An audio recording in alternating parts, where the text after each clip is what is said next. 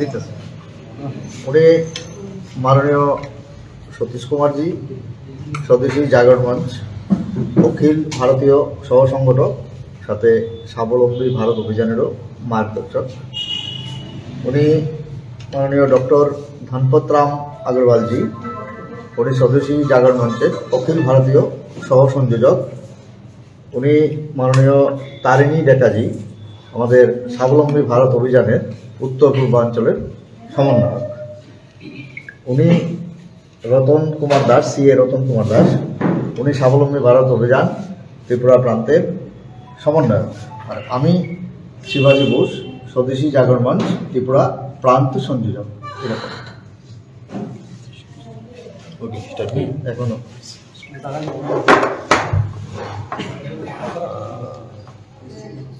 স্বাবলম্বী ভারত অভিযান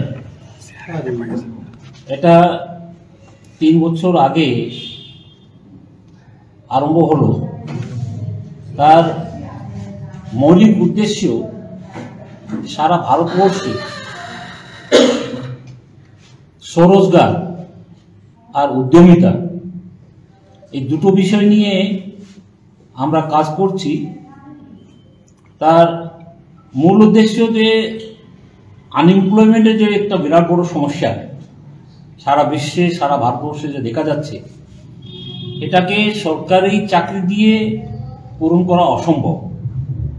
কাজেই ভারতকে যদি স্বাবলম্বী হতে হয়, ভারতকে যদি একটা সমৃদ্ধশালী রাষ্ট্র হতে হয়, তাহলে ভারতের এই যে মৌলিক সমস্যা আনএমপ্লয়মেন্ট, তাকে মেটানোর জন্য সারা ভারতবর্ষে আমরা এই কাজটা করছি। আমাদের জেলায় জেলায় স্বরোজগার কেন্দ্র আমরা স্থাপন করছি।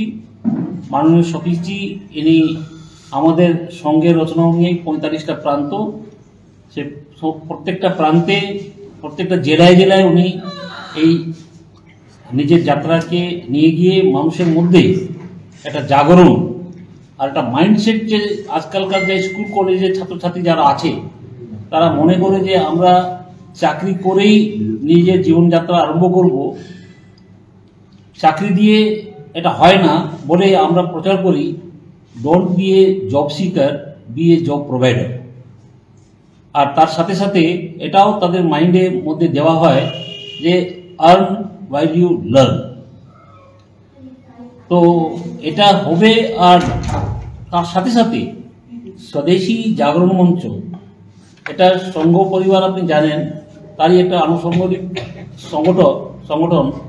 আর এটাতে আমরা স্থানীয় লোকাল পণ্যগুলোকে যাতে ব্যবহার করা হয়, স্বদেশী জিনিসগুলোকে আমরা ব্যবহার করব।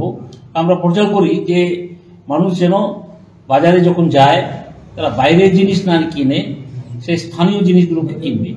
বিদেশি বহিষ্কার করে আমরা স্বদেশীকে আরো বেশি দিতে চাই, যাতে নাকি এই স্বদেশী পণ্যগুলো যারা তৈরি করছে, ছোটখাটো শিল্প, ক্ষুদ্র শিল্প দিয়ে যারা আমাদের ভাই বোনরা গ্রামের দিকে যারা তৈরি করে, তাদের স্থানীয় জিনিসগুলো বিক্রি হলে তাদের হাতে ইনকাম আসবে।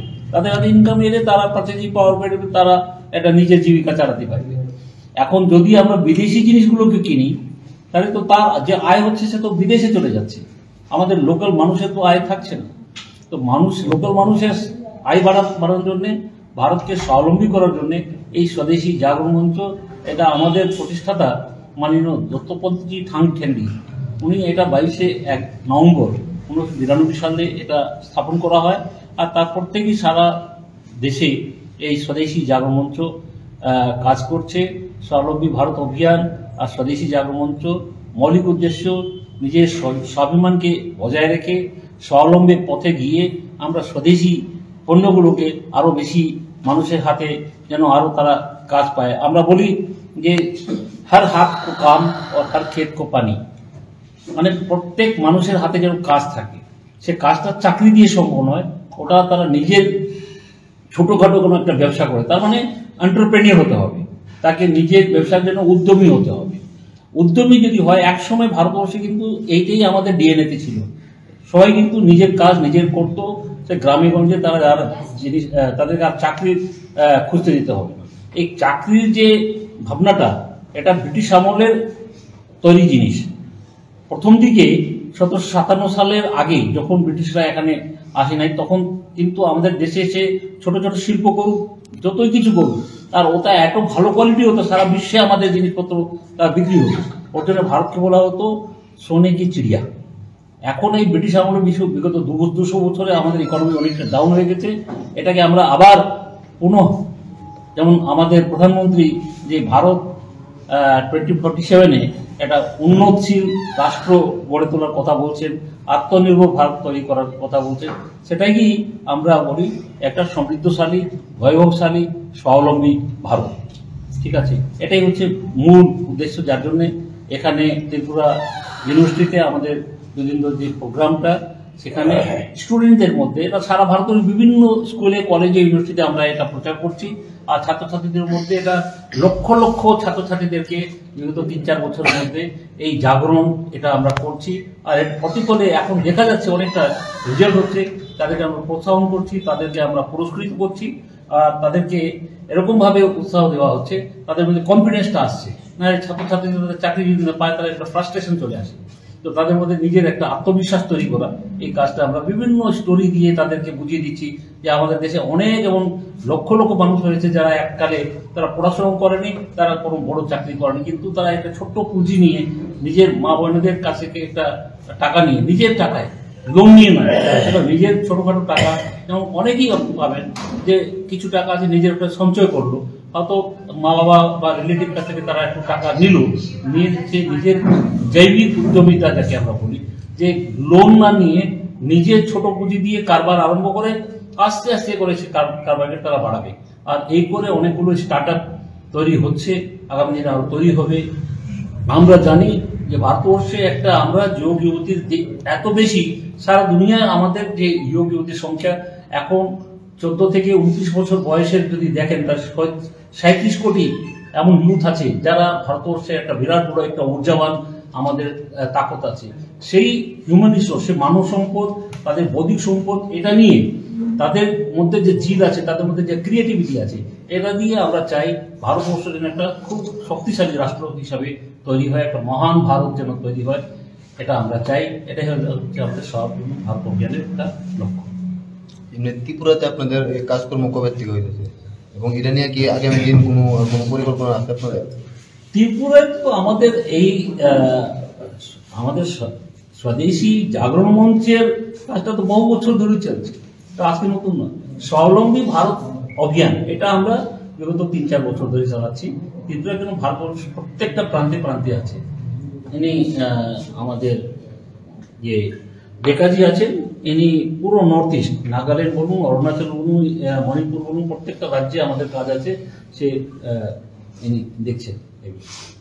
এই নিয়ে কি কোনো কর্মসূচি আছে আপনাদের ছাত্রছাত্রীদের মধ্যে আরো অ্যাওয়ারনেস বাড়ানোর জন্য? হ্যাঁ, ছাত্রছাত্রীদের মধ্যে আরো অ্যাওয়ারনেস বাড়ানোর জন্য কি কোনো কর্মসূচি আছে আপনাদের? হ্যাঁ, কর্মসূচি আছে জেলায় জেলায়। এখানকার 8টা জেলা, সব প্রত্যেকটা জেলাতেই আমাদের কাজ আছে। জেলায় জেলায় আমাদের কমিটি আছে।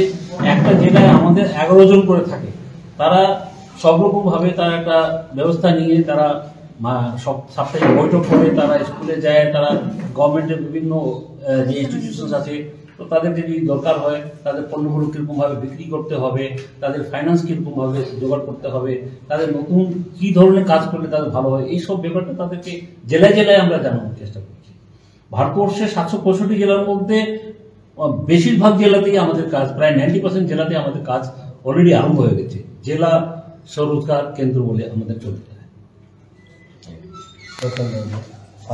त्रिपुरा लोकरी के बारे में ত্রিপুরাতে আমি এরকম ভাবলাম 3 বছর ধরে আমাদের এখানে চালু হয়েছে। আমাদের ত্রিপুরা রাজ্যে 8টি ডিস্ট্রিক্ট আছে, প্রত্যেকটা ডিস্ট্রিক্টে আমাদের কমিটি আছে, এবং প্রত্যেক ডিস্ট্রিক্টের কমিটিতে তারা বিভিন্ন জায়গায় ঘুরে ঘুরে লোকালি কি সম্ভব, কি প্রোডাকশন করা যেতে পারে, লোকালি দ্রব্যের উপরে কি করা যেতে পারে সেটা দেখছে। আমরা ওদেরকে গাইডেন্স করছি কিভাবে ফাইন্যান্স নেওয়া যায়, মার্কেটিং কিভাবে করা যায়। আর অ্যাওয়ারনেসের জন্য আমরা প্রত্যেকটা কলেজ, বিভিন্ন কলেজ থেকে আমরা প্রোগ্রাম করছি ছাত্রদেরকে, যাদেরকে উদ্দেশ্য করে আমাদের প্রোগ্রাম চলছে। যে 29 বছর 37 কোটি যে আমাদের জনশক্তি আছে, যুব শক্তি, তাদেরকে অ্যাওয়ারের অঙ্গ হিসাবে আমরা প্রত্যেক কলেজে প্রোগ্রাম করছি।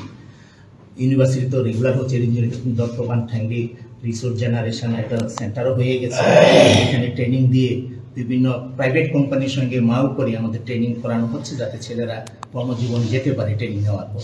সেগুলি চলছে, আমরা প্রত্যেক ডিস্ট্রিক্টে আমরা প্রয়াস চালিয়ে যাচ্ছি এবং আমাদের বিশ্বাস আমরা দিনে দিনে সবার কাছে এই ধারণাটা যে চাকরি, সরকারি চাকরি নয় যে সম্ভব নয়, সরকারি চাকরির মধ্যে এমপ্লয়মেন্টকে করার চাহিদা পূরণ করা, স্বরোজগার এবং উদ্যমিতা প্রসারের যে প্রয়াসটা, এটা আমরা তুলে ধরছি, সবার ঘরে ঘরে গিয়ে নিয়ে যাচ্ছি।